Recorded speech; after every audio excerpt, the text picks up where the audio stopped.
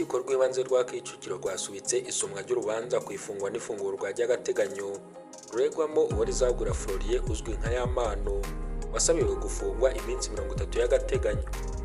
Ubushinjacyaha bwari bwasabye urukiko kumufungura by'agateganyo kuko hari impamvu zikomeye zituma akekwaho ibyaha akurikiranyweho birimo cyo gukubita no gukomeretsa, ubwinjiracyaha mu cyaha cy'ubwicanyi, ifungiranwa ry'umuntu mu buryo butemewe n'amategeko, kwangiza ikintu cy'undi n'ibindi.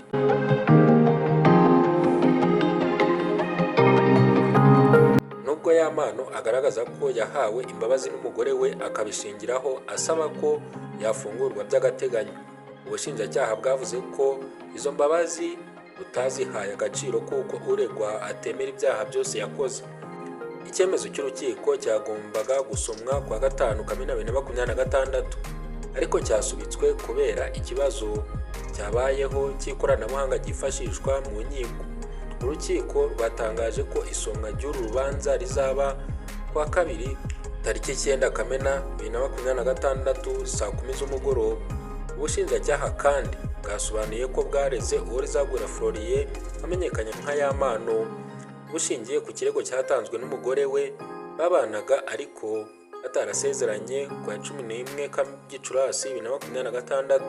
Uhagarariye ubushinjacyaha yavuze ko Yamano yagiye akorera uwo mugore itotezwa mu bihe bitandukanye, akamukubita ndetse akanamubwira ko azamwica naramuka agiye kumurega ku rwego rw'igihugu rw'ubugenzacyaha RIB.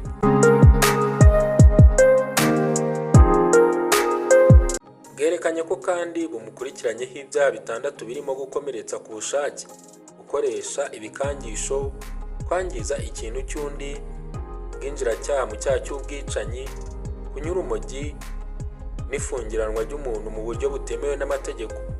Yamano yemeye ko nyuma y'uko hasakaye amashusho ye n'umugore we batera akabariro aribwo amakimbirane yatangiye mu rugo rwe.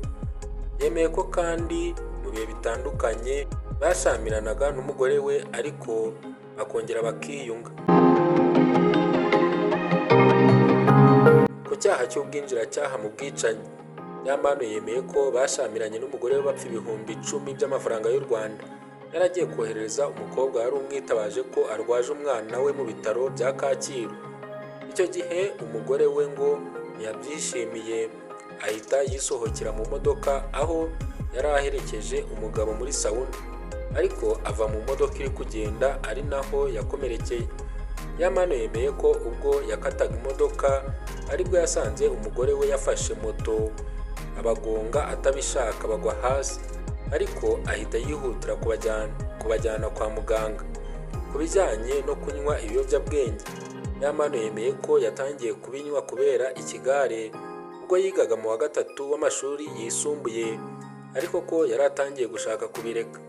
Yabwiye urukiko ko ubwe yijyanye ku kigo gifasha abantu babaswe n'abafite indwara z'ubuzima bwo mu mutwe cya Ikirezi Psychotherapeutic Center giherereye muri Kicukiro kugira ngo arebe ko yafashwa kugabanya ingano y'ibiyobyabwenge biri mu mubiri we.